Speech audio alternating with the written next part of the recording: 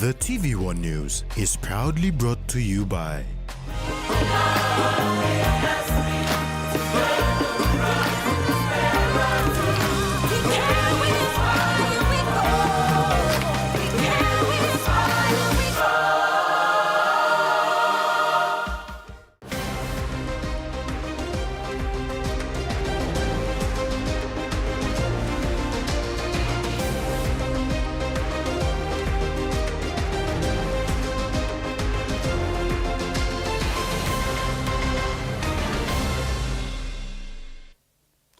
Hello and welcome. I'm Rex Lita with Thursday's news.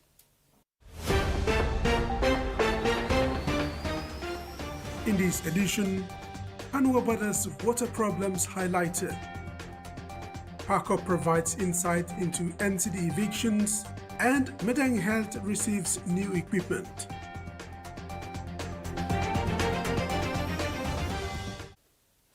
Easy access to water has been an ongoing issue for the big Hanuabada village, with minimal intervention from concerned authorities and leaders.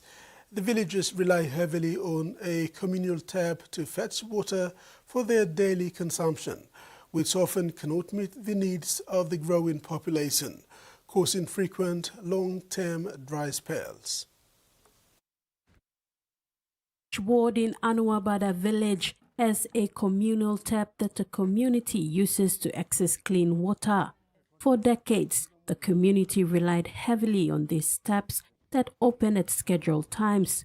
Over the past few months, the taps ran dry, with water not running for 3 to 4 days in a week. The burden was in almost 2000 till now. It has been a really hard challenge. Every now and then we're having this, facing this problem. When they are outside, we know that they are empty. Leaving families struggling to access water.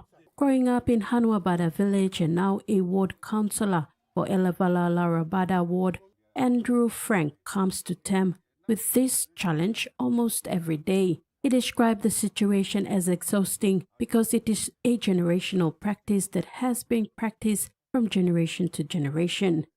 Problems that we face, the previous was coming in the early, 6 o'clock to 10 o'clock, and in the evenings from 4 to 6 or 7 o'clock. But the current, at this moment, sometimes comes early in the morning, 2 o'clock to 4 o'clock, or sometimes 4 o'clock to 6 o'clock. That's why we're facing so many problems. And during the daytimes, we cannot go get water, and our families go to work or something like that. It's really hard for those families with such limited, because of the women carrying this. It's really a burden to us. Some of us at the front is okay, but the others, they walk a really long way. It's really hard for us to go through this and this issue. Women and children are often responsible to fetch and carry water from one household to another. However, the severe impact of the heavy loads cause health issues for many, especially mothers and young girls who have difficulties during pregnancy. Sometimes early in the morning, sometimes we out of water like 1 or 2 days ahead. After then the water comes, we get, we go down and get water. And the children sometimes, if there's no water, mothers say, just stay home, or we write a notice for the teachers to understand us there's no water, so the day you didn't go to school. High tide started 6 o'clock. There's no water. According to community member Asito Rahura, the impact is widespread. The coastline is severely populated with plastic waste, and the water is often contaminated, presenting a significant health risk to residents who swim and live near it. Despite occasional temporary fixes, such as water being restored, the problem is chronic and stems from outdated, inadequate, or at times purposely restricted water access. Attempts were made to speak to their elected leaders and water PNG, but were unsuccessful. Tracy Pa, TVWAN News. More than 500 people living along the Vakari Street and Botany Place in Gerehu Stage 2 have been affected by sewage issue for almost 30 years.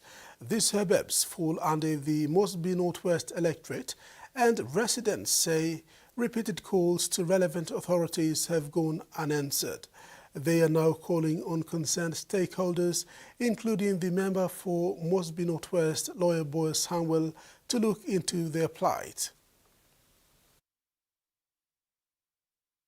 The sewage blockage at Vakare Street at Gerehu Stage 2 in Port Moresby has been there since 1999.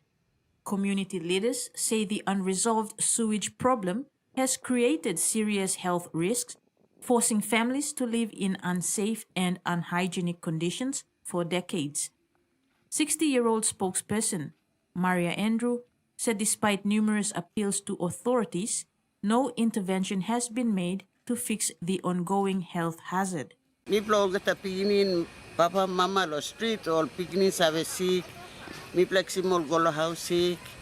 Now people work complain, but we are complaining to deaf ears. No got money, sim notice lo desla complain blo people. So people start was same smell one time, people have a sleep kirap, kai one time. Time rain put down time, wet season, people work lo experiencing overflow lo desla. But there's nothing that we can do. Andrew added that several political leaders have visited the area during their terms in office and election campaigns, but no concrete action has been taken to resolve the problem. Vote come. Mipla putting finger blow mipla. They come in here also become pyra blow mipla go voting more now by come look savel street blow mipla ya no got 1 plus something. All the other streets within Gerehu are being sealed. Now this street blow mipla ya mipla sit down osem 1942 coming up now mipla stop osem taso. Other community members reported that waterborne diseases such as typhoid and diarrhea are common in the settlement, which they believe are directly linked to the persistent sewage blockage. Residents are now calling on relevant government agencies and leaders to urgently intervene and restore safe living conditions in the area. Kamila Gware, TVWAN News. Governor for NCD, Powers Parkup, has clarified NCD's role in the current eviction exercises going on in the city. In slamming claims of NCD's involvement in the 2-mile eviction, Governor Parkup explained how NCD is involved in this exercise. NCD Governor Powers Parkup, when addressed the media today, stated that NCDC is not engaged in the eviction exercises happening in some settlement in the city. He clarified that the eviction at 2 Mile was a result of a court order and enforced by police. Been going on for a while in our city and around the country. So many people have made comments and assumptions and implications. So today we are here to set the record straight and give clarity to the issue so that everybody understands what is going on, and importantly too, what is not going on. That's very important.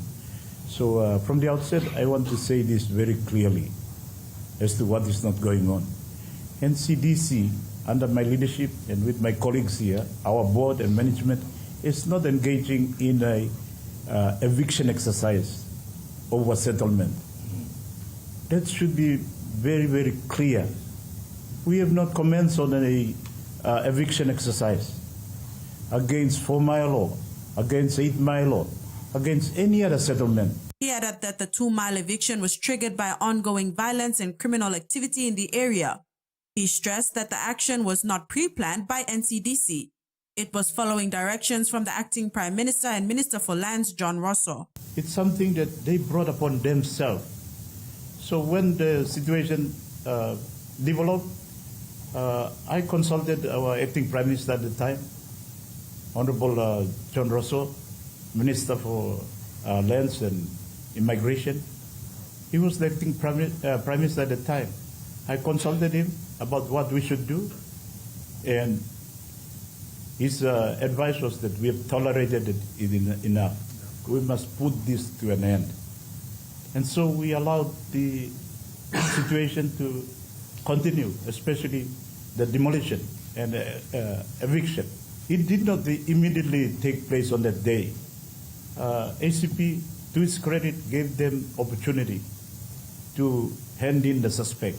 The community knows the suspect. They know who's been committing all these acts of violence and crime and threatening even the residents out there too much. Furthermore, NCDC has secured 10 hectares of land with Baroni landowners for a temporary care center to accommodate displaced residents for up to 6 months, while permanent resettlement plans are finalized. Yesterday, we've started cleaning the 10 hectares already. So we are going to move all those people we have evicted down there at 2 Mile, and those from 4 Mile, they are all going to move there as a temporary care center, minimum about 6 months. Within 6 months, I've given direction to city manager and our team here to ramp up the surveying and all the things that needs to be done, especially at Faria. So those land that has been allocated for affordable housing, we can start to filter everybody there. So Jasmine Erojak, TVWAN News. The Madang provincial government has allocated 3.7 million kina in its 2026 budget to address settlements popping up within the vicinity of Madang town. This money will be used to conduct evictions when necessary, and settlers have been warned to vacate state land before the eviction process kicks in. Provincial Police Commander Superintendent Robert Baim said his men stand ready to enforce eviction orders that come through his office.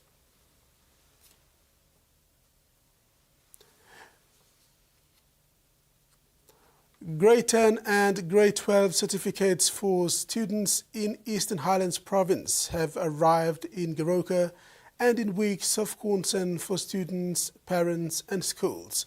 The certificates were delivered from the Measurement Services Division in Port Moresby earlier this week. Principals from high and secondary schools gathered at the Provincial Education Office at Yanepa House to collect them. Schools in Goroka urban and surrounding areas collected the certificates first, while district schools are travelling this week to pick up theirs. The documents are critical for students' progression. Grade 10 certificates confirm acceptance into Grade 11, while Grade 12 certificates are required for students enrolling into universities and colleges across Papua New Guinea. North Goroka Day High School Principal Shedrick Pipeke said schools had faced constant inquiries from parents and guardians during the 2-month delay and described the arrival as timely for the academic year. Other schools, including Segu Day High School, Kama 7th Day Adventist High School, and Ginitoka EBC Day High School, experienced similar challenges. Ginitoka Principal Kepi Gispe said the arrival of certificates has eased pressure from parents and allowed students to move forward with their education plans. Education officials are now encouraging all principals to collect the certificates from Yanepa House as soon as possible. Carol Kiru Jr., TV1 News. This is TV1 News. Among stories after the break, Miss PNG voices youth empowerment and airfare cost prompts dialogue.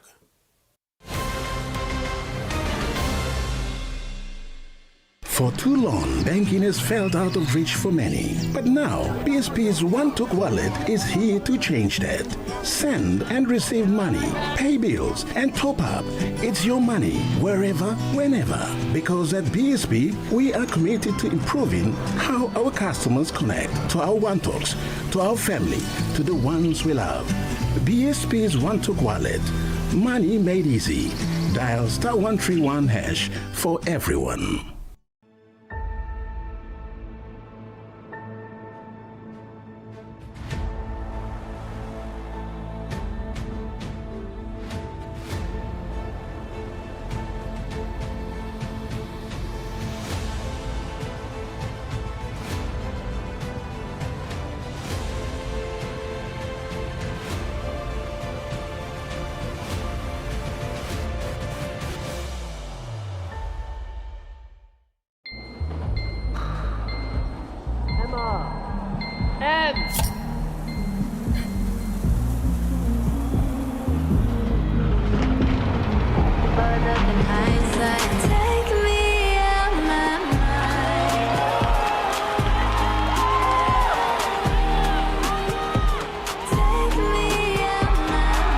When you're all in, anything can happen. Grab a Coca-Cola and enjoy the moment.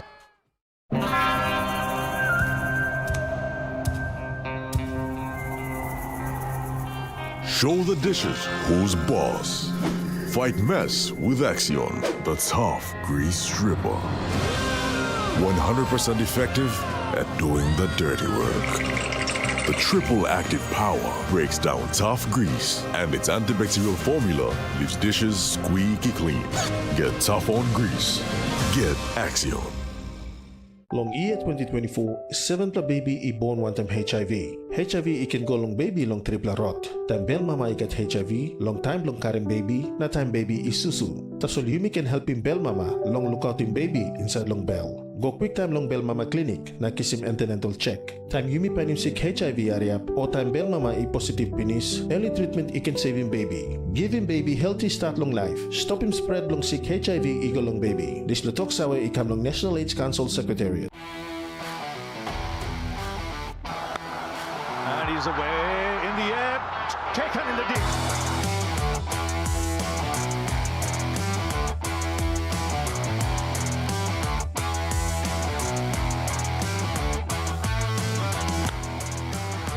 It's then put down. An opportunity goes to ground. Started the wicket, right under the wicket, and now he ends the 6-4. Your weekend catch-up just got better. Relieve the power and passion of the Harris Season 2. So you come look Sinababumia. Fall in love all over again with Dolce Amor. And don't miss the thrilling twists of Brothers Chapter 5. Stop this bickering! 3 hit Filipino dramas waiting for you this February on TVWAN Plus. Your home for the best stories all weekend long.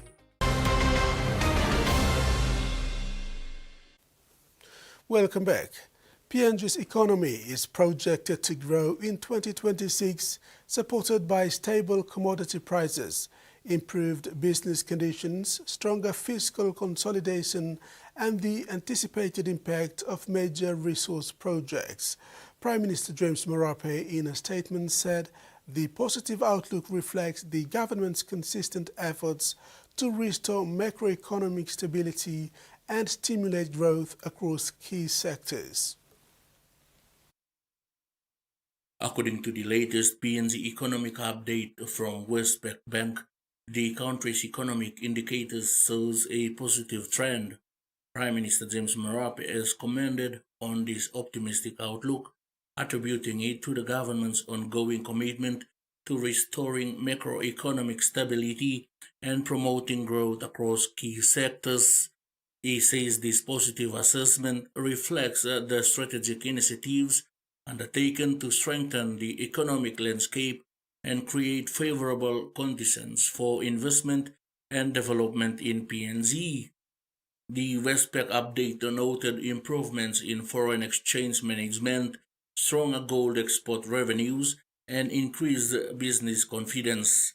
PNG's gold exports reached significant levels in 2025, driven by favorable global prices and improved production capacity. Prime Minister Marape says this performance underscores the resilience of PNG's resource sector and the government's commitment to supporting mining and petroleum operations. Freddie Mo, TVWAN News. Miss Papua New Guinea, Yampela Popena, has begun her Miss Pacific Islands pageant campaign on a strong note, delivering a compelling presentation on youth empowerment during the pre-pageant interview, the first official judging category of the competition. Addressing judges, guests, and fellow contestants, she highlighted the urgent need to prioritize young people across the Pacific and proposed a three-phase approach to drive meaningful change, focusing on instilling values, providing access to tools and resources, and creating platforms for youth visibility. It's not about waiting for someone to give you power. It's about recognizing your own power and using it to make a difference. A demographic that, if left ignored, is a ticking time bomb. and ensuring that we take deliberate actions to empower our young people. I would like to propose a term that is called the cycle of youth employment and empowerment. It is not just the responsibility of youth organizations, NGOs, or the government, because it is the responsibility of each and every one of us. The cost of airfares, infrastructure, and service reliability are some of the factors that have prompted the Independent Consumer and Competition Commission to host consultations about conducting an inquiry into Papua New Guinea's aviation industry.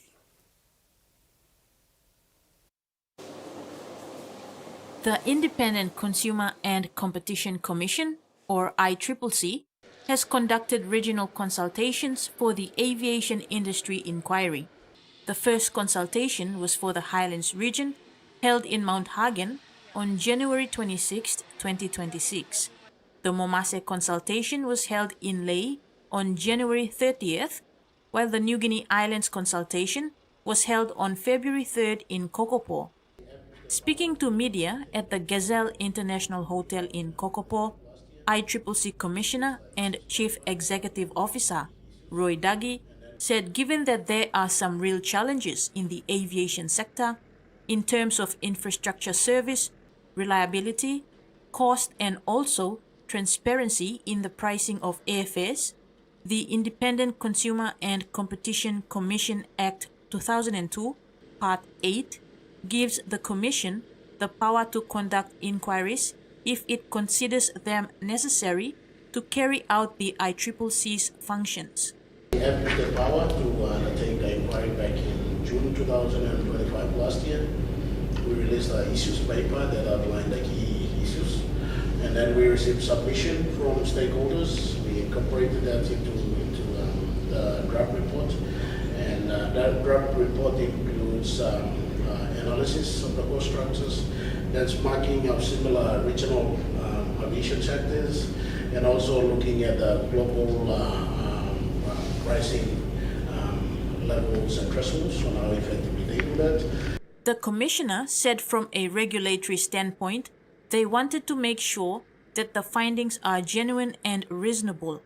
Hence, one of the objectives of the aviation inquiry is to share ICCC's draft findings and recommendations, and also share the evidence-based analysis they have done to justify those recommendations.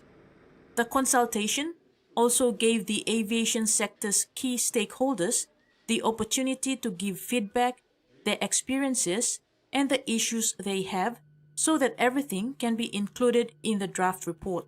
After the Port Moresby consultation on Friday, February 6, 2026, the ICCC will now include all feedback and submissions into the final report, which will be submitted to the Minister of Aviation.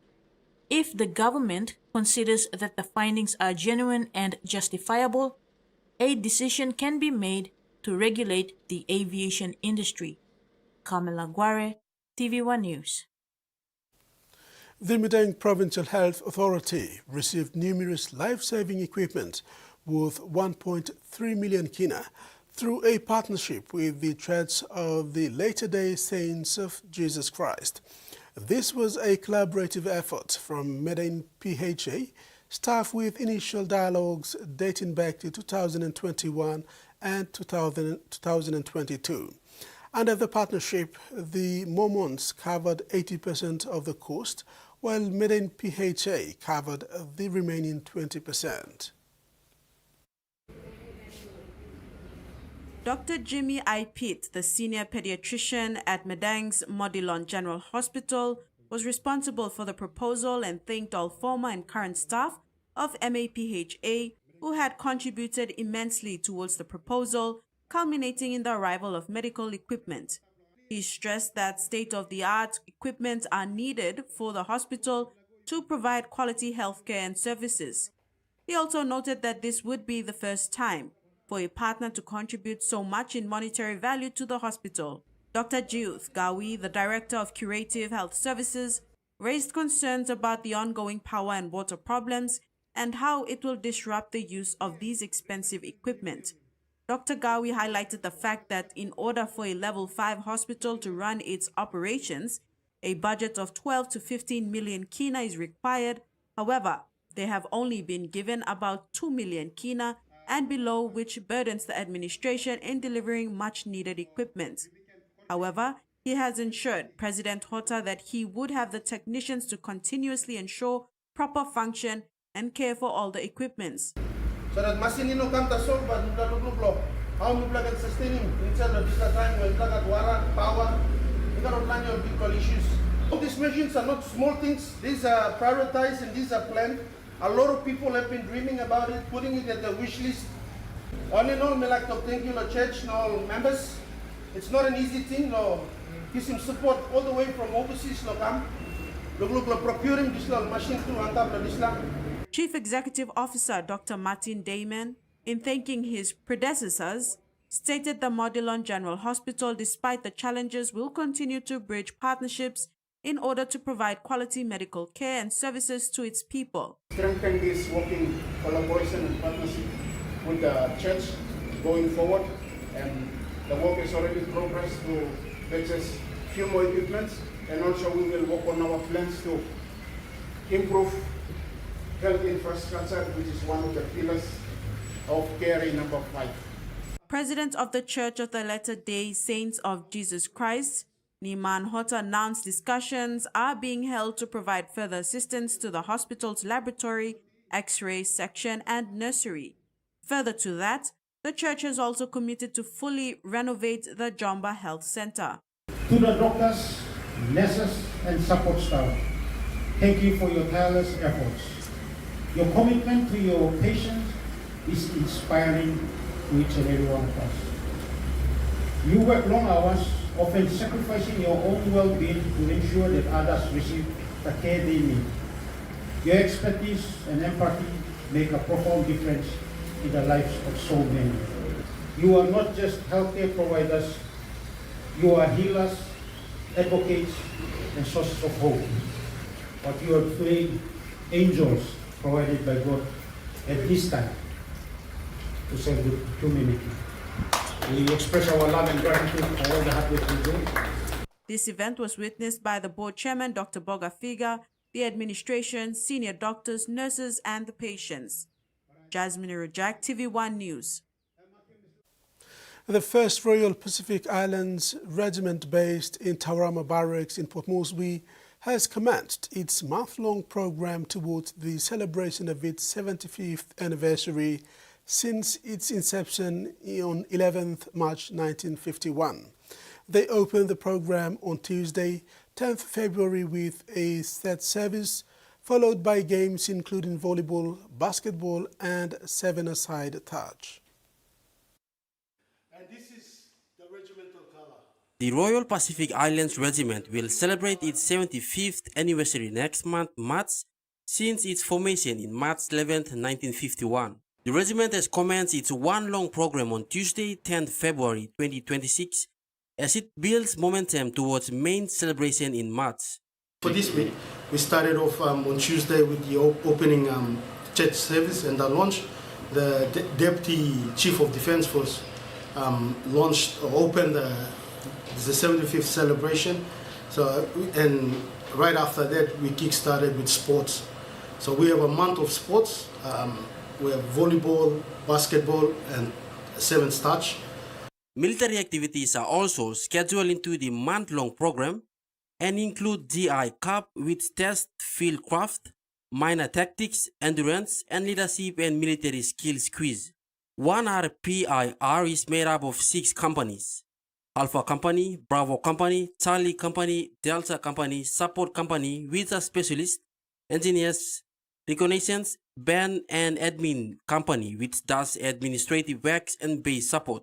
While half of the companies are away for deployment, those who remain at the Taurama base are participating in the anniversary program. And the tempo never ceases; it just continues every year. This year is no different. We've been manning a company at the border on 4-month rotation, and we have a company being deployed to the upper islands on 4 months rotation. So The tempo, the operation tempo is quite high. You're on deployment for 4 months, you get back, you're on 4 months of training, rest within the battalion, and then you are deployed for another 4 months, either back to the border or back up to the islands. On March 11th, the anniversary day, the main highlight at Taurama Barracks will be the trooping of King's Color, which was presented last year by Prince Edward, Duke of Edinburgh. The trooping will involve parades and grand musical display by the soldiers. Michael Tamtipais, TVWAN News. In finance news, the kina closed unchanged at $0.2333 in the interbank market. At Bank South Pacific, our kina was buying $0.2258, $0.3131 Australian dollars, 0.1820 euro and 34.27 Japanese yen. Looking at commodity prices at New York close, oil closed higher except cocoa closed lower and copper closed the day unchanged.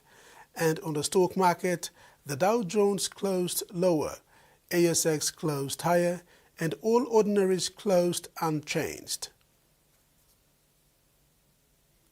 You are watching TV1 News. Stay tuned.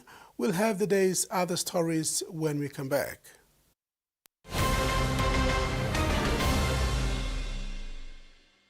Banking doesn't have to be complicated. With PSP's One Talk Wallet, control your money wherever, whenever. Dial *131#, enter your PIN, select cash in or out, and generate a secure code to withdraw cash. It's the only wallet for cardless ATM withdrawals. Send and receive funds, pay for goods and bills, or withdraw cash with ease. All with PSP's One Talk Wallet. PSP's One Talk Wallet. Money made easy. Dial *131# today. Tell him shorty come get it in. Come grind on me, but me did it. Mommy get loose, get loose, get loose. Pepsi in my hand, ice cold, no excuse. I tell him who's gonna bring that roof down. Pepsi with the fresh sound. Tell him who's gonna bring that roof down. Pepsi with that fresh sound. Pepsi, give me some Pepsi, Pepsi, you like it? Pepsi, you like it? Pepsi, Are you ready to meet the best version of yourself? The one with the bright, confident smile? You've got to take pride in how good you look, how fresh your breath smells, and how great you feel. To boss it at work, to be your best for uni, or to catch the eye of that special someone. You've got to brush up your vibe with whiter, healthier, brighter teeth. Brush up for confidence with Colgate. Meet UmiPay, your digital wallet from TISA Bank. Your gateway to seamless transactions. Withdraw cash anytime at your nearest TISA agent. Send money to family and friends anytime, anywhere. Top up and pay with just a scan. From taxis to coffee and small businesses, UmiPay makes every payment simple. UmiPay, powered by TISA Bank. What would you say to 6 months free bonus credit? Wowee! That's right. Get the Wowee 4G LTE smartphone from Digicel and you'll enjoy 35 kina bonus credit every month for 6 months, plus a whopping 50 gigs of data and 60 minutes free talk for 7 days. Hurry! Get your Wowee 4G LTE smartphone for only 199 kina at a Digicel store or agent today, and say Wowee to a total of 210 kina free credit. Only with Digicel. That's offloaded. Everyone else is speed. It was a good hit done. Boja Fina. Trying to fit going. Sami with the ball. Back to Kiyoki. Here he goes. It could be offloaded. Campbell. The Titans machine with it. Stand back and cheer. Shaking out the knees. This month on ESPN, the NBA and NBA All-Star are taking the world by storm. It's over, ladies and gentlemen. There you go. The UEFA Women's Champions League continues. Fantastic goal. The NHL action has the crowd rumbling. The NBL is in high gear. Magnite down the middle. And the WNBL season is in full swing. She was just on fire. This is February on ESPN.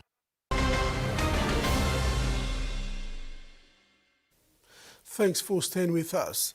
The MV Dollars Hope has recorded over 10,000 visitors in its first week in Port Moresby, drawing families, schools and book lovers from across the capital. Carol Kiddy Jr. with this report. The floating library has become a hub of excitement, with children lining up to explore thousands of affordable books while interacting with the crew. Communications Department Head Valerios Galinda says the first week has exceeded expectations. This first week has been an amazing week. We have been able to welcome over 10,000 people already. And it's just incredible to see how many kids, families, children will come and visit us, even like throughout the day. She says beyond welcoming visitors on board, the team has also visited nearby villages and looks forward to reaching even more people. I just hope that through every visit they are able to find hope, they're able to encounter people about it, to connect with us. School excursions have been a highlight. Maylin Kivali from Tenge Christian Academy brought her grade 2 and elementary students to the ship. I feel so proud taking my class out here, and the children are selecting books and they're so excited. I told them to leave the boat. They said, "No, teacher, please, we want some more books." Students themselves described the visit as special. And I got on a ship, it felt so good. Come again with my family. Crew members have also been entertaining children through dance, songs, and testimonies. Oh, I like very much. School is my favorite because I like their interaction. I like, for example, sharing the story. They are so exciting and so involved. So this is very amazing. Yes, Jesus loves you. With a few weeks remaining in Port Moresby, organizers encourage families to visit on weekdays to avoid long queues as the ship continues to spread knowledge, connection, and hope across the capital. Carol Kiddu Jr., TV1 News.